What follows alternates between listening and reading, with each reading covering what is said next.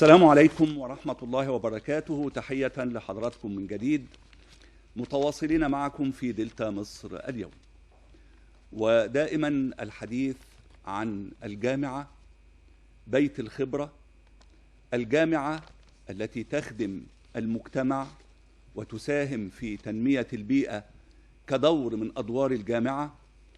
الجامعة بما تقدمه من نتاج علمي ومن خريجين يستطيعون بناء مجتمع قادر على المنافسة في ظل هذا النظام العالمي الذي لا يعرف الرحمة الآن. الحديث عن الجامعة هو حديث دائم ما دمنا نتطلع إلى مستقبل جديد وإلى الدولة المصرية الجديدة. النهاردة الحديث عن جامعة طنطا، وتحديدا عن كلية الهندسة جامعة طنطا، وهي واحدة من أعرق الكليات في الجامعة، بل من أعرق كليات الهندسة على مستوى الجمهورية. السبب أو العنوان هو حصول كلية الهندسة جامعة طنطا على الأيزو. يعني إيه؟ وما الخلفيات أو السبب لحصول كلية الهندسة جامعة طنطا على هذه المرتبة أو على هذه الدرجة على الأيزو؟ كلها أسئلة نطرحها، وأيضا الحديث عن العديد من المحاور التي تتعلق بكلية الهندسة جامعة طنطا. وأسعد مشاهدي الكرام إن احنا اللي نكون في ضيافة سيادة العميد الأستاذ الدكتور أحمد نصر، عميد كلية الهندسة جامعة طنطا. أهلا وسهلا بحضرتك يا دكتور، نورتنا. والأول يعني لمن لا يعرف تاريخ كلية الهندسة جامعة طنطا نعطيه نبذة عن كلية الهندسة. بسم الله الرحمن الرحيم. طبعا أنا سعيد إن أنا موجود مع حضرتك. أهلا بحضرتك مع مشاهدينا الكرام. كلية الهندسة جامعة طنطا انشأت بالقرار الجمهوري 1142 لسنة 1984. نعم. بدأت الدراسة فيها فعليا سنة 91. كلية الهندسة في الوقت الحالي اللي أنا بكلم حضرتك فيه ده 10 أقسام علمية، عندي 4 برامج متخصصة. نعم. طبعا حسب سوق العمل لازم كنا ننشئ برامج جديدة. نعم. فدول 4 برامج وتقريبا 7000 طالب، 600 طالب في البرامج المتخصصة ما شاء الله. أكثر من 32 معمل بحث وطلاب، عدد أكثر من 15 مدرج. تعتبر من أكبر كليات جامعة طنطا ال 14 كلية. نعم. فكلية عريقة حمل المسؤولية فيها أساتذة كبار ورؤساء جامعة سابقين ورؤساء جامعة حاليين. نعم. كانوا عمداء لكلية الهندسة. فهي كلية مش بسيطة، يعني كلية كبيرة على مستوى جامعة طنطا. يعني سعداء ان حضرتك تكون معانا، وهننطلق الى محاور متعددة على رأسها حصول كلية الهندسة جامعة طنطا على الأيزو. لكن تسمح لنا هنخرج في فاصل سريع وبعدين نرجع نفصل في هذه الموضوعات بإذن الله تعالى. فاصل ثم نعود إليكم بإذن الله تعالى، كونوا معنا. تحية لحضراتكم مرة تانية، وأجدد التحية للأستاذ الدكتور أحمد نصر، عميد كلية الهندسة جامعة طنطا. أهلا بحضرتك مرة تانية. والحدث الكبير اللي بننطلق منه هو حصول جامعة طنطا وتحديدا كلية الهندسة على شهادتي الأيزو 2018 و 2101 و9001 و2015. أنا هنا تهت، يعني هو هنا أكثر. هفسر نعم. حضرتك كلمنا عن هذه النقطة. هنبدأها من الأول خالص في شرح بسيط لمشاهدينا الكرام. نعم. هي منظمة الأيزو أو الأيزو دي منظمة دولية للمعايير. نعم. وانشأت سنة 1947. لو جينا نعرفها كده الغرض منها إيه؟ وضع أطر أو مواصفات أو معايير تقدر أي مؤسسة إنها تطبقها توصل بيها لفاعلية وإدارة جودة منظمة داخل المؤسسة. نعم. طبعا المنظمة دي بتعتبر طرف ثالث، هي لا تمنح شهادة الأيزو، ولكن لها شركات اسمها الشركات المانحة، دي اللي بتعمل تحت مظلة المؤسسة. الشركات المانحة دي على مستوى العالم هي اللي بتمنح شهادة الأيزو. نعم. من مميزاتها الشركات المانحة أو إن أنت تاخد الأيزو إنها بتعتبر جهة ثالثة، يعني انا كجهه معايا عميل، يبقى احنا كده طرفين، هي تعتبر الجهه الثالثه اللي بتشهد لسيادتك بالاداء الجيد او الجوده في الاداء او الاداء الفعال من خلال تقييم الشركات، من خلال تقييم الشركه المانحه نعم. للشهاده. نعم. طبعا الموضوع باختصار انه بدأ في جامعة طنطا برئاسة الأستاذ الدكتور محمود زكي، طبعا تبنى الموضوع وبدأ أول ما بدأت الأيزو بدأت في إدارات جامعة طنطا. نعم. وبالفعل رئيس الجامعة تسلم في شهر 6 اللي فات شهادة الأيزو 9001 وال21001 لجامعة طنطا. نعم. وكان بتوجيه مباشر ان نفس الشركة الاستشارية اللي شغالة مع الجامعة انها تؤهل جميع الكليات انها تحصل على نفس الشهادتين 9001 و21001. نعم. تحصل على نفس الشهادتين. فبدأت كل الكليات انها تسعى، ومعانا الشركة الاستشارية كنا دايما في زيارات، بيجوا الملفات، قعدوا اكتر من اجتماعات كتيرة جدا على مدار اكتر من سنة مع الجهاز الاداري عندي في الكلية، مع ناس كتير جدا، حتى يعني ما كانوش بيسيبوا حاجه. المعايير اللي بيتم على اساسها المعايير اللي دي الشركه الاستشاريه. نعم. اللي هي بتساعدك علشان تتقدم وتاخد الشهاده، او علشان تقدر الشركه المانحه تيجي لسيادتك وتمنحك الشهاده. نعم. الحمد لله بعد الفتره الكبيره اللي فاتت دي كنا من اوائل الكليات اللي استعدينا وعرضنا على الشركه المانحه فعلا ان احنا جاهزين لان احنا تجولنا زياره. نعم. تقيموا الملفات بتاعتنا، تشوفوا المعايير اللي حضراتكم طالبينها علشان المنح. ايه اهم المحاور او المعايير اللي بيتم على اساسها التقييم؟ انا هقول لسيادتك، فضل. هو احنا عندنا دلوقتي الايزو برضو عشان تبقى حضرتك عارف، قلنا ان هي معايير واطر ومواصفات. نعم. في اكتر من ايزو عشان ما نتلخبطش ما بين الارقام. نعم. يعني ساعات تسمع سيادتك الايزو 9000 ده نظام ايزو خاص باداره الجوده. نعم. الايزو 21000 ده نظام خاص للمؤسسات التعليميه. ممتاز. في 14000 ده نظام خاص بالبيئه. في 26000 ده خاص بالتنميه المجتمعيه. ممتاز. فاكتر من شهاده، فاكتر من مجال. نعم. اللي عندنا احنا في الكليه 9001 لسنه 2015 ده جودة. ده ايزو شهاده. والشهاده الثانيه ال 21001 ده متعلق بالمؤسسات التعليميه. الاثنين بيكملوا بعض، عشان كده احنا خدناهم الاثنين.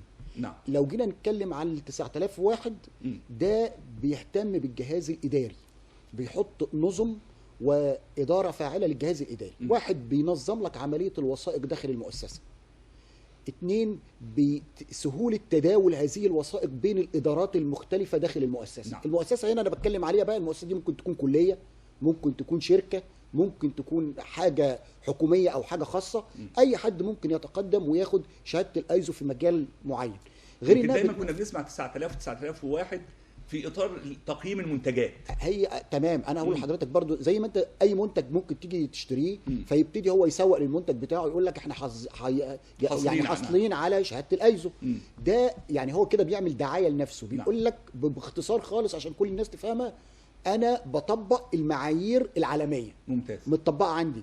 انا واخد شهاده عالميه بتقول ان انا عندي كفاءه فعاله، قادر ادير نظام اداري كويس. ده بالنسبه لل 9001. نعم. تمام كده. كل دي بتصب في الجهاز الاداري.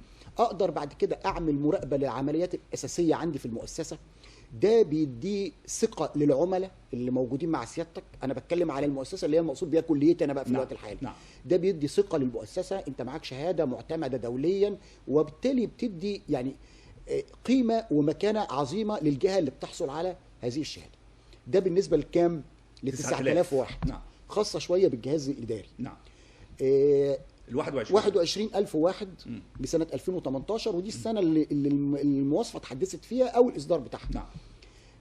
دي بتهتم شويه بالعمليه التعليميه، سواء كان بقى نظام الجوده الشامل في العمليه التعليميه، لو خدناه من ما يخص الطلاب، الخدمات اللي بتقدم للطلاب، نسبه عدد اعضاء هيئه التدريس للطلاب، او ما يخص اعضاء هيئه التدريس، الخدمه المجتمعيه اللي بيقدمها عضو هيئه التدريس، طريقه تعامله مع الطلبه، او ما يخص باللوائح، تجديد اللوائح بتاعتك، العمليه التعليميه، ما يهم ان انت تبقى دايما في متطلبات سوق العمل. نعم. احنا متابعين على الشاشه دلوقتي مجموعه من الصور او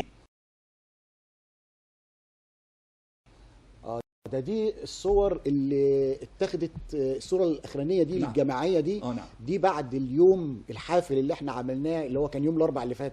ممتاز. فكانت في صوره جماعيه الفريق اللي جالنا في التقييم، نعم. مع الساده اعضاء التدريس والساده الاداريين بالكليه وكل اللي شارك في نجاح نعم.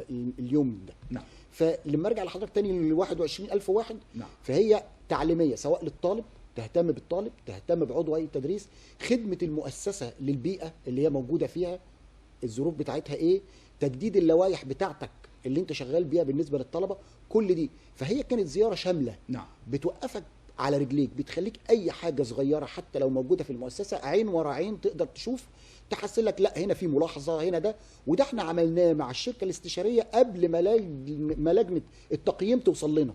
عشان كده الحمد لله اليوم كان موفق والامور مشيت في شكل هادي. نعم. دي زياره الوفد اللي احنا شايفينه على الشاشه. صح. نعم. كده دي زياره الوفد.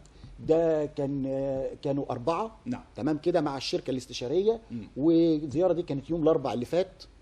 تمام. والحمد لله يعني اليوم كان موفق. جالنا معالي النائب الاستاذ الدكتور محمد حسين نائب رئيس جامعه طنطا بشؤون التعليم والطلاب. نعم. ومعالي النائب الاستاذ الدكتور محمود سليم نائب رئيس الجامعه لشؤون خدمه المجتمع والبيئه، شرفونا في الزياره دي ورحبوا مع اللجنه في صباح اليوم. نعم. فكانت زياره الحمد لله موفقه. وبعد كده بقيه اليوم انطلقنا احنا معاهم بقى لحد تقريبا الساعه 4 5 لحد ما خلصت الزياره. نعم. يمكن الفتره اللي شهدت فيها مصر وشهد فيها العالم كله ازمه كورونا، ده ادى الى تطوير العمليه التعليميه بشكل اجباري.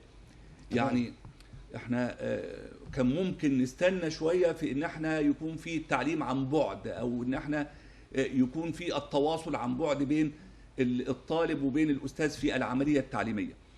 ايضا في ظل المتغيرات العالميه اصبح تطوير المنتج اللي هو الطالب، وتطوير المكان، وتطوير المنهج حتميه لابد منها مع هذا التطور العالمي. الى اي مدى احنا واكبنا هذا التطور مع التغيرات اللي حصلت في الفتره الاخيره؟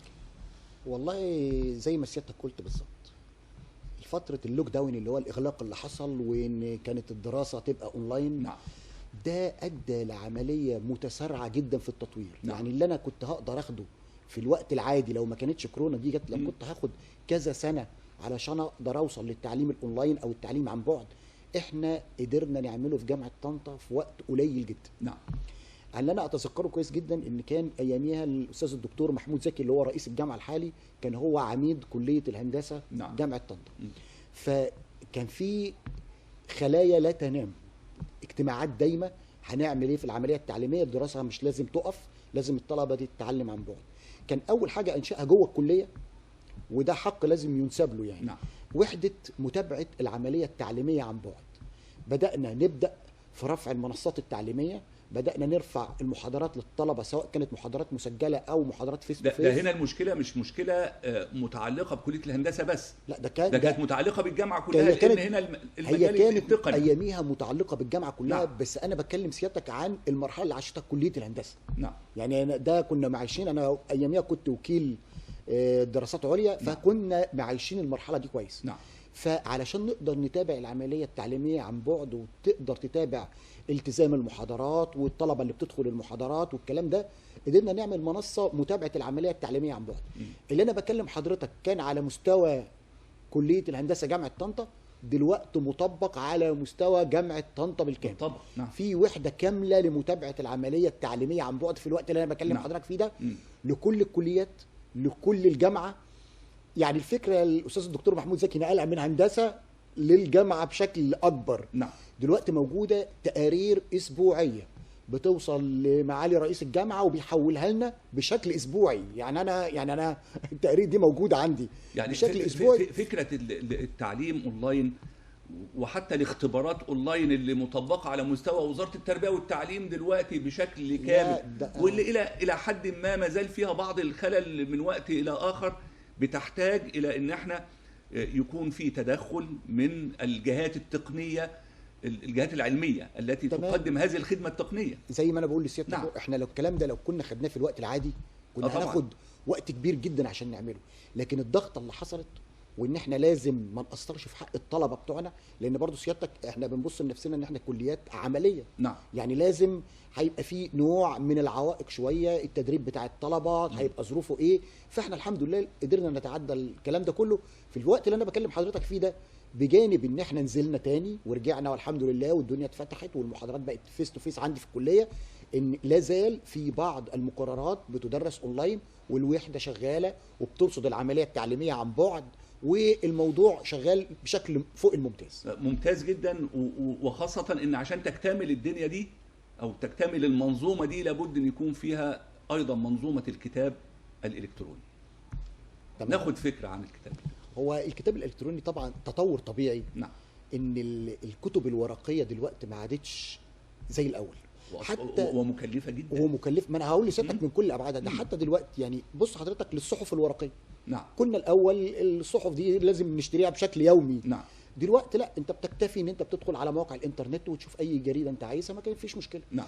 كان نفس التطور لازم يوصل. طب انا دلوقتي الطالب لو في الوقت اللي انا بكلم حضرتك فيه ده عملت له كتاب وطبعته، تكلفه الورق دلوقتي كام؟ تكلفه الطباعه كام؟ هتبقى عبء كبير جدا على الطالب في اكتر من ماده. نعم. الكتاب الالكتروني دلوقتي شرط اساسي. احنا ما عندناش في جامعه طنطا اي كتب ورقيه بتنزل. خلاص الكلام ده احنا خلصناه من السنه اللي فاتت، يعني دي تعتبر تاني سنه لتطبيقه. في منظومه الطالب بيقدر يدخل من خلالها على الموقع، يقدر يشتري الكتب اللي منزلها الدكاتره. قدامك مثلا بتاخد 6 مواد 7 مواد، تقدر تدخل وتشتري الكتاب اللي انت عايزه. تمام كده. طبعا السعر في الوقت ده في الوقت الحالي لو حضرتك قارنته بسعر الكتاب لو كانت عمل ورق، لا هيبقى صعب قوي بالنسبه للطالب. طبعا ده سعره مخفض، يقدر الطالب يخش يشتري الكتاب اللي هو عايزه. مفيش كتب ورقيه خالص على مستوى الجامعه، ودي منظومه احنا انتهجناها ومجلس الجامعه منتهجه بقى لنا يعني دي السنه الثانيه. نعم. وناجحه جدا ومش مؤثره لا على الطلبه ولا على اعضاء هيئه التدريس. فالعمليه بصراحه منظومه كامله. نعم. هنا اتكلمنا عن المنظومه الالكترونيه في كليه الهندسه، الاقسام التي تراها مواكبه للتغيرات الدوليه الان، التغيرات العالميه. اهم الاقسام وكيف واكبنا التغير العالمي الحادث الان. هو انا عندي في الكليه زي ما بدات مع سيادتك 10 اقسام علميه. نعم. وفي 4 برامج متخصصه. جددت اللوائح بتاعتهم. اللوائح اللي احنا شغالين عليها دلوقتي بدانا بيها الطلبه من اول السنه ب 2022 لوائح جديده. اول حاجه تغيير لائحه او لائحه جديده، يبقى انت لازم بتطور المناهج اللي فيها طبقا للي سيادتك لسه قايله الرؤيه المستقبليه. نعم. وايه اللي هيقدر يفيد الطلبه. فده رقم 1. انا عندي الطلبه دلوقتي بادئين بلائحه جديده 2022.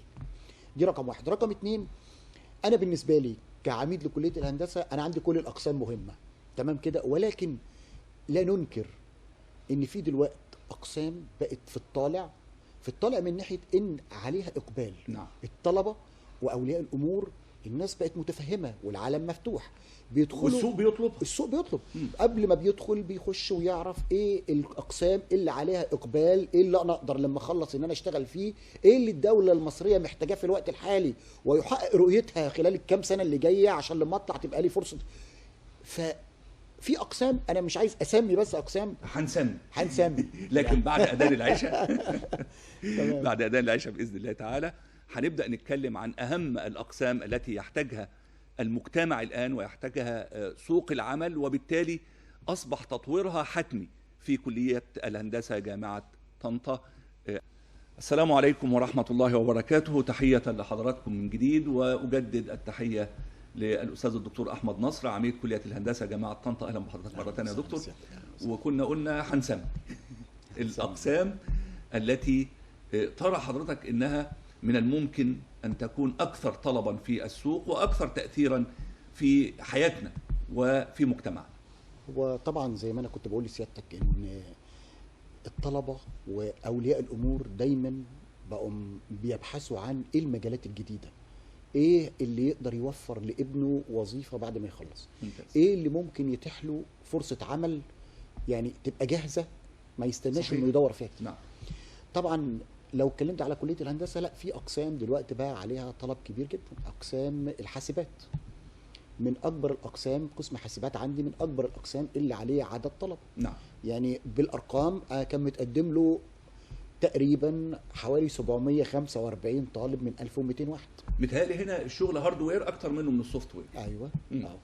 فده قسم من الاقسام عليه اقبال كبير جدا. قسم اتصالات نعم. والكترونيات برضو عليه اقبال كبير جدا. لو جيت حضرتك تبص للبرامج المتخصصه، عندي برنامج الميكاترونكس. نعم، حضرتك قلنا في 4 برامج 4 متخصصة. برامج متخصصه. انا نعم. انا بذكرهم لسيادتك طبقا للاولويه بالنسبه للطالب. نعم. برنامج الميكاترونكس ده برنامج عليه اقبال كبير جدا. بيتعلق بيه يا دكتور؟ هو يعني جزء يعني ميكانيكا نعم. مع من الاسم. الروبوتات. مم. مع الروبوتات. فعشان كده الطلبه بتحب انها تخش كتير تطبيقات تطبيقات الروبوتس. نعم. يعني احنا كان عندنا مثلا من خريجين قسم الميكاترونكس ده طلبه عملت روبوت صغير كده عرضته قدام رئيس الجامعه.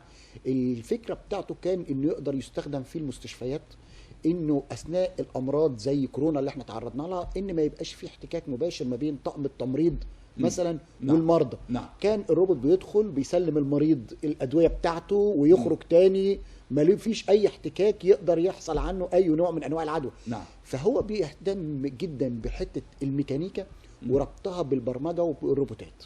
نعم.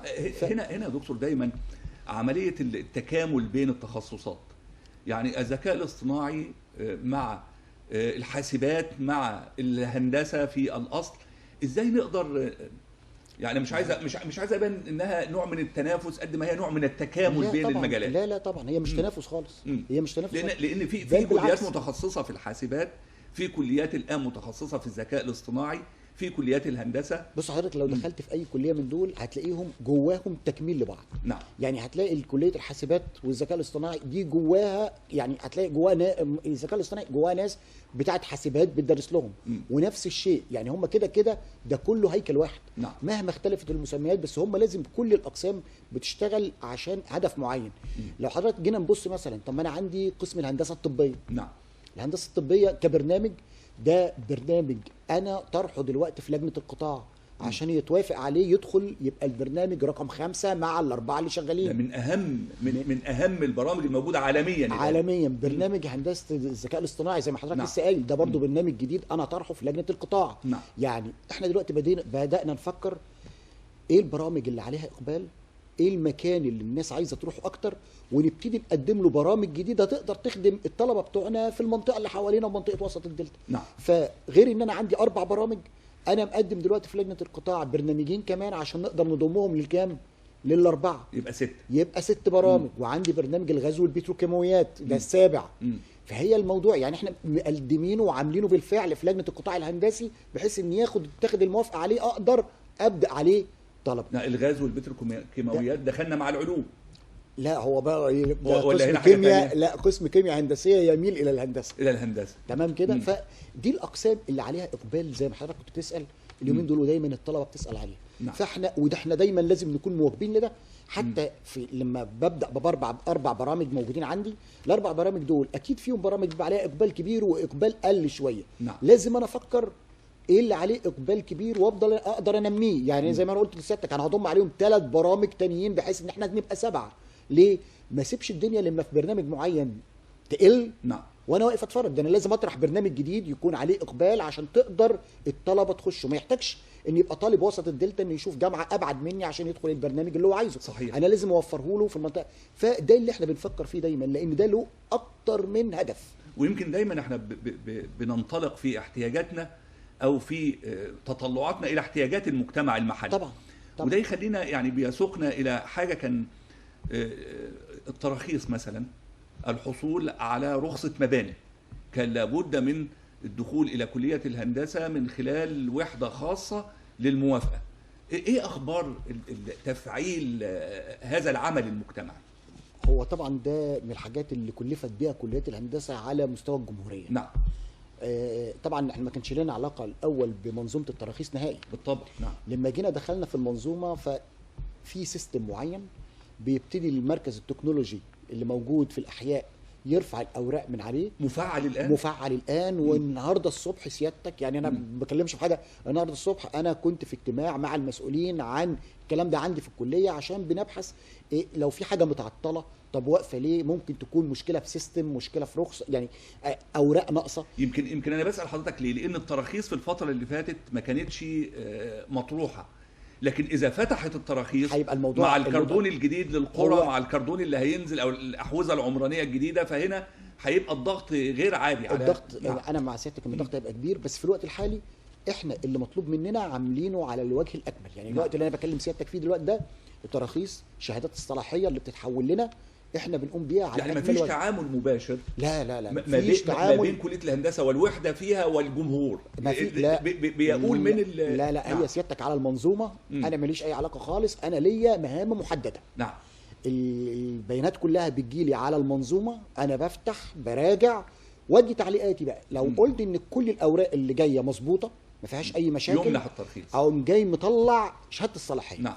شهاده الصلاحيه بعد كده يبدا بعد شهاده الصلاحيه يدخل في اجراءات التراخيص. نعم.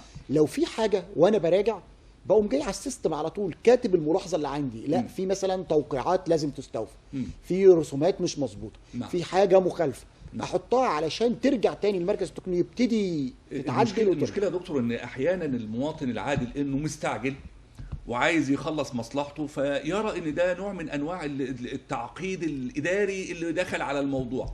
لكن احنا لازم نقول ان دخول كليات الهندسه كطرف في منح الترخيص له مزايا، اللي هي ده احنا سهلنا على المواطنين.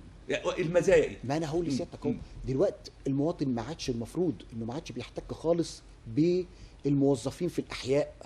كان يجري ورا ده ويجري ورا ده ويخلص، ما عادش الكلام ده خالص. هو بيسلم ورقه المركز التكنولوجي، المركز التكنولوجي بيرفعه لنا، احنا بندي ملاحظاتنا على طول على السيستم، تروح الملاحظات دي تستوفى ترجع يتوافق عليها. نعم. فالموضوع انا خرجته خالص، ده انا بريحه. يعني انا كده بص سيادتك، دي نقطه. النقطه الثانيه دي المشكله بقى. يعني بمنتهى الصراحه ان ممكن المواطن يروح يسال في الحي، يقول له مثلا الجامعه كليه الهندسه اللي مأخره الترخيص. لا العمليه ما بتبقاش كده خالص. انا ما باخرش حاجه، وهاخر ليه؟ انا ماليش مصلحه ان انا اخر ولا اعرف المواطن ده نهائي.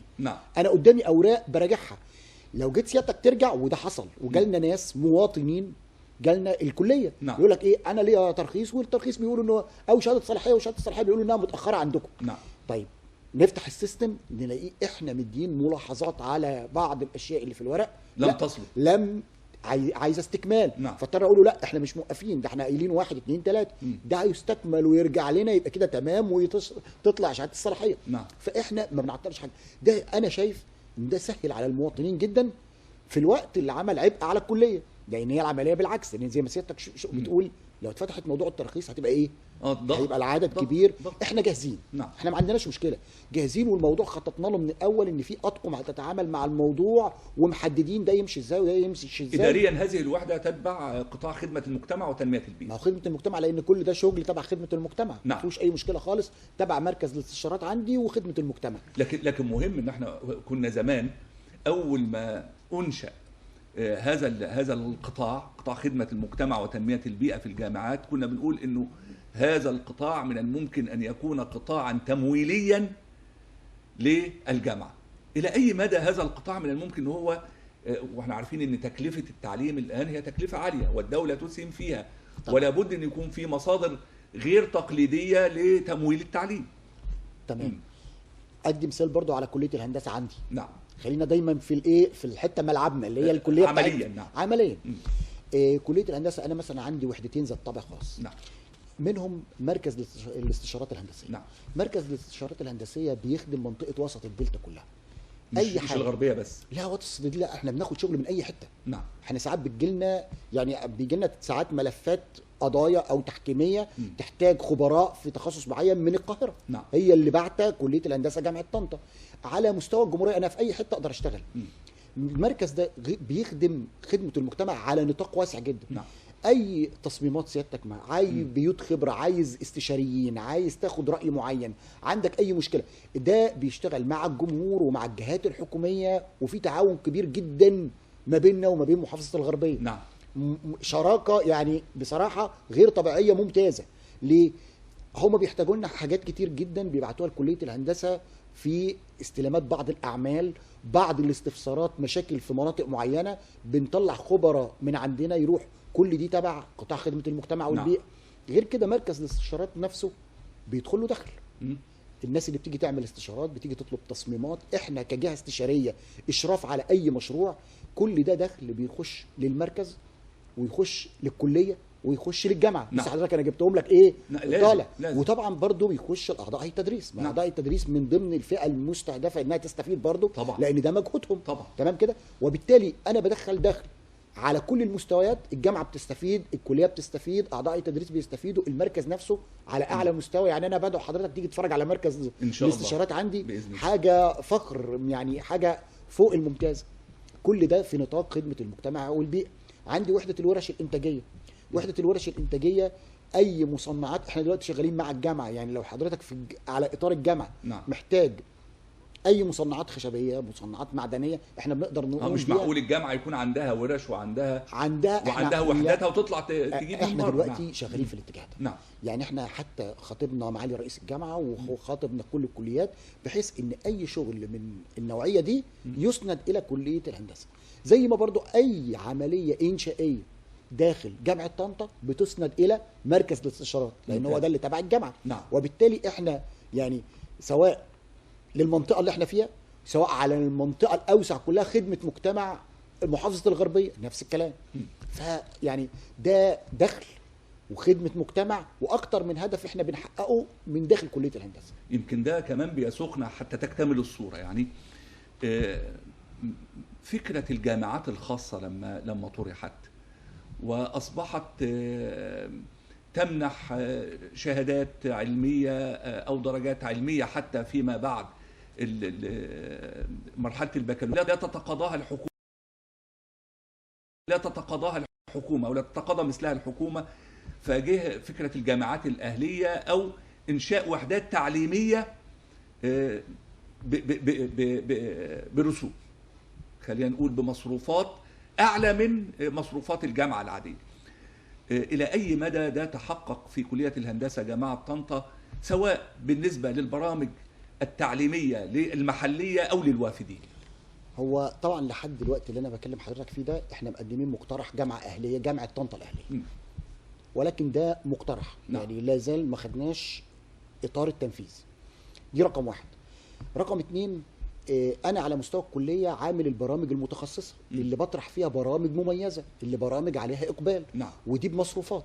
يعني دي بفلوس. طبعا اللي بيدفعه الطالب عندي في البرامج المميزه يعني بيعتبر قليل جدا بالنسبه اللي بيدفعه اي طالب في جامعه خاصه. ولكن انا حققت له الهدف اللي هو عايزه، البرنامج الخاص او البرنامج اللي هو شايف فيه مجال عمل افضل. كمان عينينا على الوافدين يا دكتور. يا ده قطاع مهم. نعم. جدا. واحنا بصراحه في جامعه طنطا اليومين دول، يعني حضرتك بتنقلني من نقطه لنقطه تانية رهيبه. نعم. لا الوافدين طبعا ده قطاع مهم، واحنا شغالين. يعني الجامعه اليومين دول متبنيه شويه اطر كده لجذب الوافدين. يعني عارف حضرتك، انا اللي خلاني اطرح الموضوع ده ان حضرتك بس نظره على المنطقه المحيطه بينا. السودان على سبيل المثال، الجامعات او الكليات الطبيه فيها تستقطب من كل الدول العربيه الان لتقديم برنامج طبي، بالرغم ان احنا عندنا الامكانيات في كل الجامعات وفي كل الكليات بما يفوق السودان بمراحل. احنا عندنا نعم. امكانيات كبيره، واحنا نعم. عندنا طلبه وافدين بالفعل. نعم. يعني السودانيين، احنا عندنا طلبه سودانيين مش في الهندسه. انا عندي في الهندسه بس نعم. العدد قليل، بس في كليات طب وكليات صيدله والناس في طلبه سودانيين، واحنا عاملين لهم يعني كمان تخفيض كبير جدا، ده بيدفع 10%. نعم. تمام حضرتك، لان السودان بتعتبر هي ومصر ايه، احنا عايزين اللي بيدفعوا الفلوس وفي كامل. بيدفعوا برضه. نعم. ما هو في على، انا بس حضرتك عشان ذكرت السودانيين، لا نعم. موجودين. وقطاع الوافدين واخد اهتمام دلوقتي في الجامعه بشكل كبير جدا. جذب الوافدين ازاي، اللقاءات اللي بتتعمل حتى من على مستوى رئيس الجامعه مع سفراء الدول كتير جدا، وحتى موجود على موقع الجامعه الاخبار دي كلها. ده كله في اطار تنشيط حركه الوافدين. نعم. ده طبعا ده قطاع ما نقدرش نهمله. نعم. العلماء، ويمكن في الفترة الأخيرة بدأت الإشارة كده إلى جامعة طنطا، أن من جامعة طنطا في مختلف الكليات علماء في التصنيف العالمي ما شاء الله، سواء في القطاع الطبي والنهاردة في القطاع الهندسي. 11 عالم. 11 عالم. نعم. إيه الموضوع؟ الموضوع باختصار ان ده تصنيف بيصدر من جامعه امريكيه بالتعاون مع منظمه السيفير الهولنديه. اللي بيسموهم العلماء الاكثر تاثيرا في مجال تخصصاتهم. الاكثر تاثيرا في مجال تخصصاتهم العلميه المختلفه. نعم.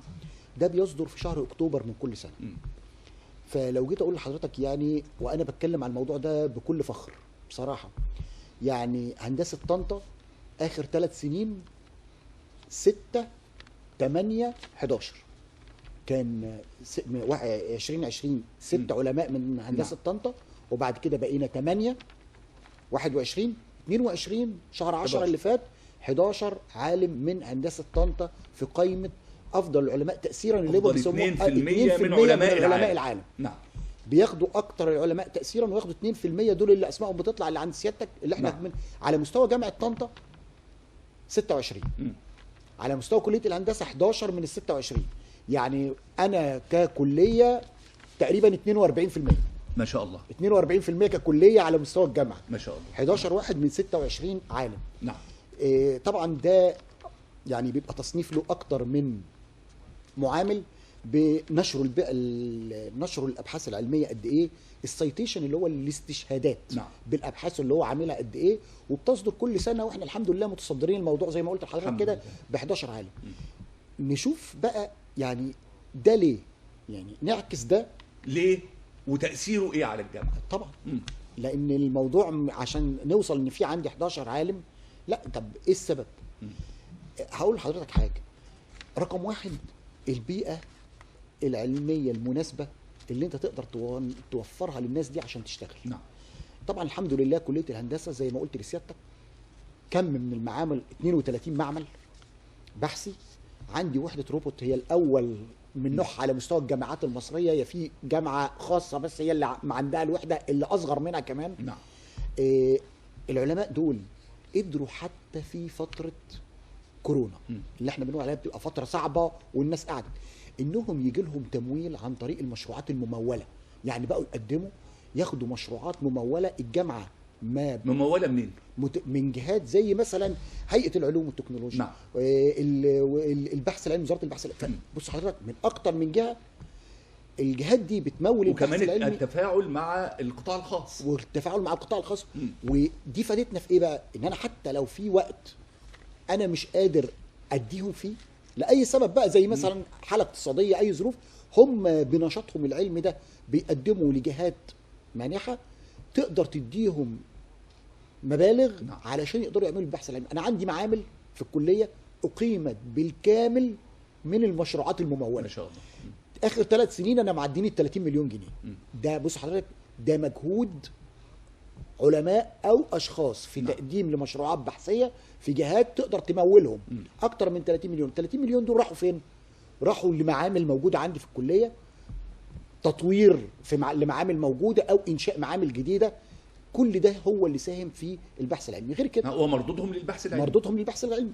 غير كده نقطه ثانيه، طبعا البحث العلمي في جامعه طنطا دلوقتي يعني يشهد طفره، واحنا بنستعرضها في مجلس الدراسات العليا كل شهر. نعم. الاستاذ الدكتور كمال عكاشه نائب رئيس الجامعه للدراسات العليا والبحوث دايما يستعرض في بدايه كل جلسه تطور، في بدايه كل جلسه اللي هي بتبقى كل شهر. نعم. تطور البحث العلمي في جامعه طنطا، نشرنا كام بحث، عملنا قد ايه. فدي بتبقى حاجه دافعه. انعكس ده بقى على المكافآت اللي عاملاها الجامعه للنشر العلمي. نعم. النشر العلمي مميز، حاطين Q1 Q2 ده تصنيف المجلات. صحيح. ابتدت الجامعه تحط 12000 جنيه للباحث اللي نشر في Q1، 10000 جنيه للنشر في Q2. ده في الربع ده بص سيادتك فكل ما تنشر في مجله كويسه لها Q1 لها Q2 Q3 Q4 كل ده تقدر تاخد عليه مبالغ.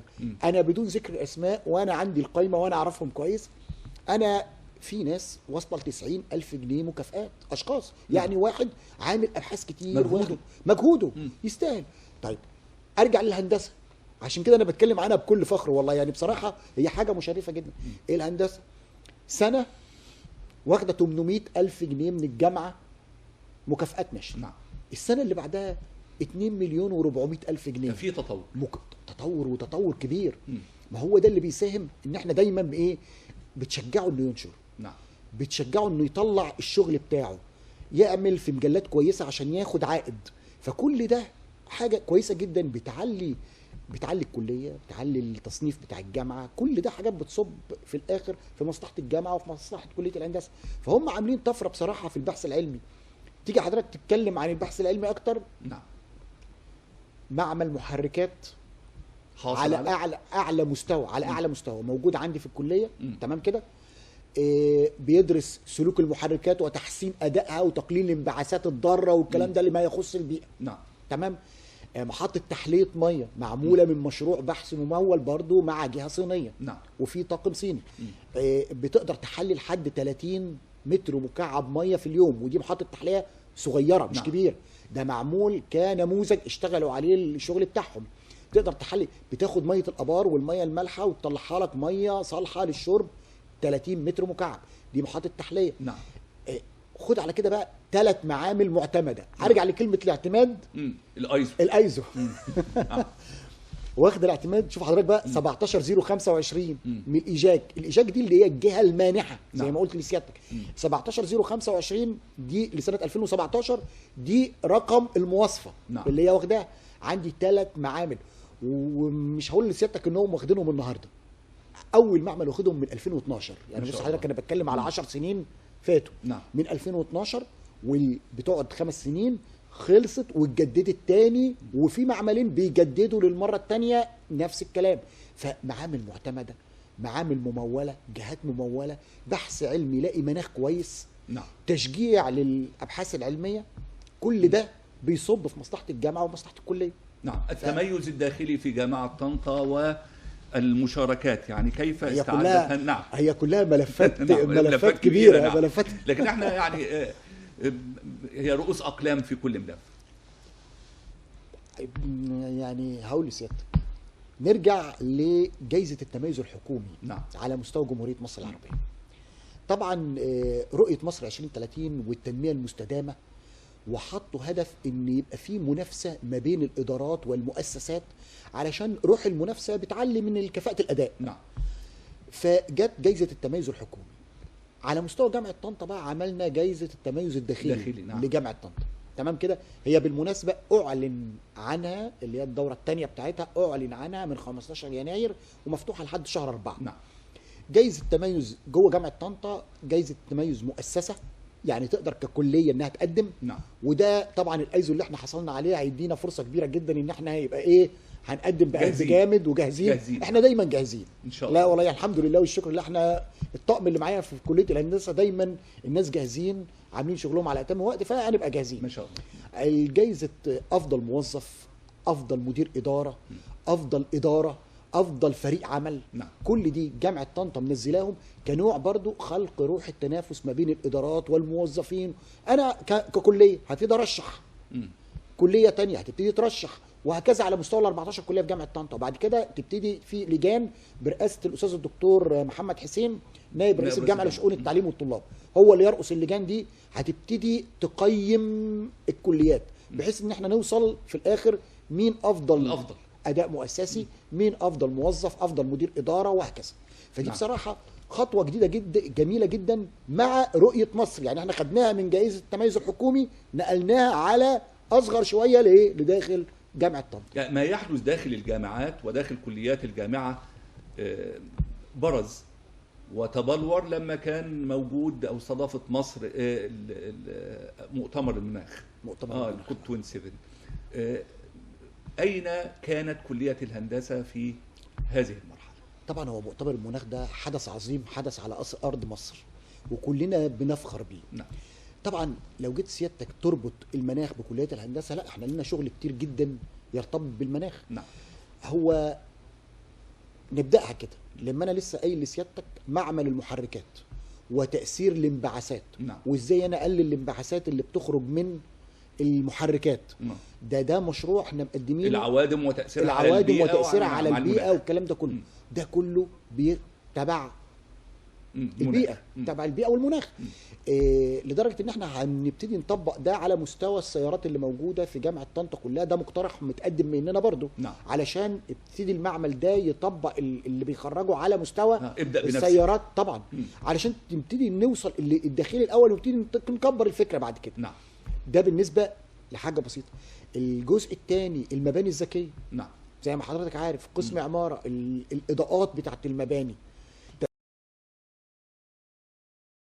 تستقبل الاضاءه في اوقات معينه تقلل لك استخدامك للكهرباء، استخدام الطاقه الشمسيه. ده الشغل اللي بيرفع اسعار الوحدات السكنيه في بعض المدن الجديده، المدن الذكيه. المدن الذكيه اللي بيسموها المدن الذكيه بشكل طفري دلوقتي، ويقولوا اصل دي مدينه ذكيه فيها وحدات. بس هو بيوفر يعني هو في الاخر بيوفر يعني سيادتك لما تيجي توفر في الطاقه ده بيوفر لك مع الوقت توفير كبير جدا. نعم.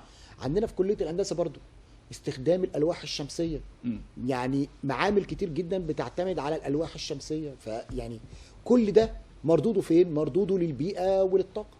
فيعني ده برضو عشان كده بتروحوا زيارات برضو للمدن الذكيه دلوقتي، زيارات الطلاب اخر مره كانت في شهر 12 اللي فات ولغيرها. نعم. اخر مره كانت. بص سيادتك الموضوع ده له اكتر من شق.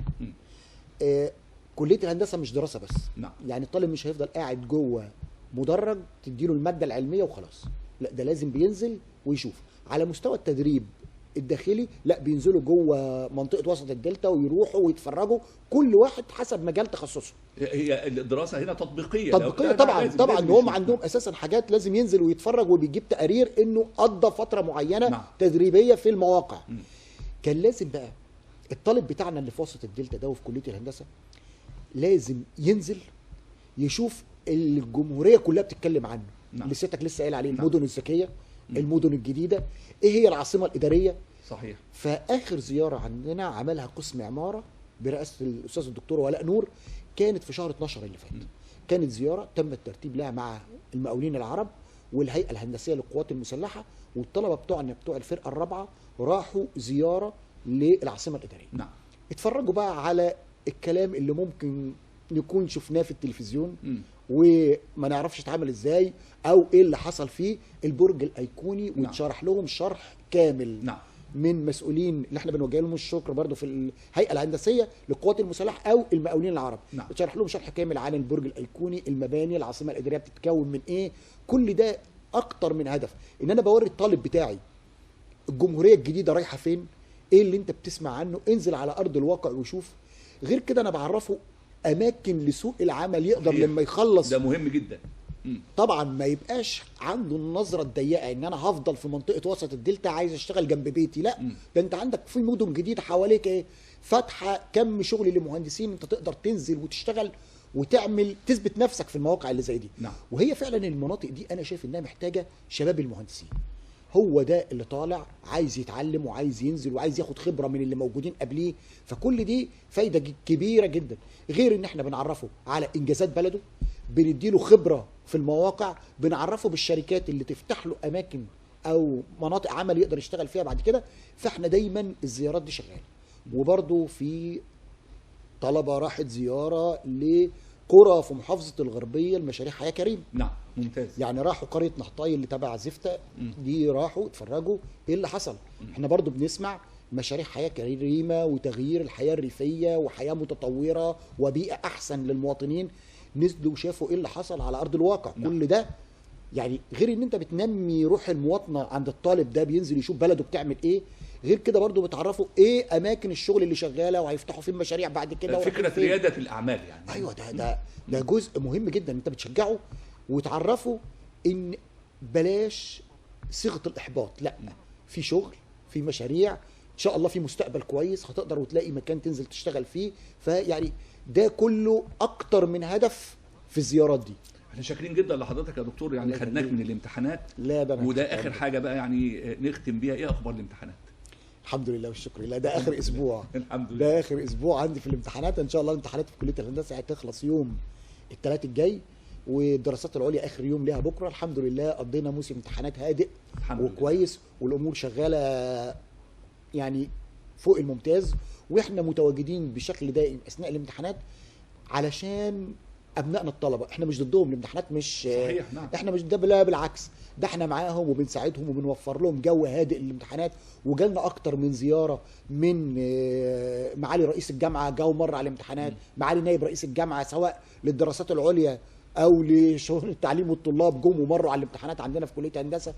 وكمان ساعدنا السنه دي انا احب اقولها، المباني الجديده اللي موجوده عندنا اللي دخلت العمليه التعليميه، ان خلاص مكان كويس للطالب قاعد بيمتحن فيه، قللنا جدا فكره طلبه تمتحن في طرقات. نعم. لا، اماكن كويسه، اضاءه كويسه، مكان مناسب للعمليه التعليميه. الحمد لله الامتحانات بتمر ان شاء الله، ربنا يكملها على خير اليوم الثلاث بإذن الله. في جو هادي جدا. شاكر جدا لحضرتك يا دكتور، وسعيد باللي سمعته النهارده عن جامعه طنطا، واظن ان كل واحد من الساده المشاهدين بيفخر زي ما حضرتك بتفخر بكليه الهندسه جامعه طنطا وبجامعه طنطا، والدور اللي بتقوم بيه على مستوى المنطقه وعلى مستوى مصر كلها. انا اللي سعيد ان انا كنت مع سيادتك ومع مشاهدينك الكرام، وان كان حضرتك تسمح لي بس اتفضل. ان انا اوجه الشكر لكل منتسبي جامعه طنطا ومنتسبي كليه الهندسه على الخصوص، لان الملحمه اللي انا شفتها يوم الاربعاء اللي فات في زياره الايزو كانت حاجه عظيمه جدا. علشان ما اقولش اسماء وانسى حد، انا بحيي بصراحه من اصغر عامل في كليه الهندسه لاكبر استاذ في كليه الهندسه على الموقف المشرف اللي الكليه كلها شهدت بيه يوم زياره الايزو. كنا كرجل واحد، عشان كده الحمد لله اليوم طلع جميل، وكل بشهادتي الايزو اللي احنا بنعتبرها وسام على صدرنا وبنديها لكليه الهندسه والجامعه طنطا ومعالي رئيس الجامعه الاستاذ الدكتور محمود زكي. شكرا جزيلا لحضرتك. شكرا جزيلا لحضرتك، وشكرا لكم انتم ايضا مشاهدينا الكرام. بعد قليل باذن الله تعالى مع حضراتكم في نشره الاخبار. الى الملتقى.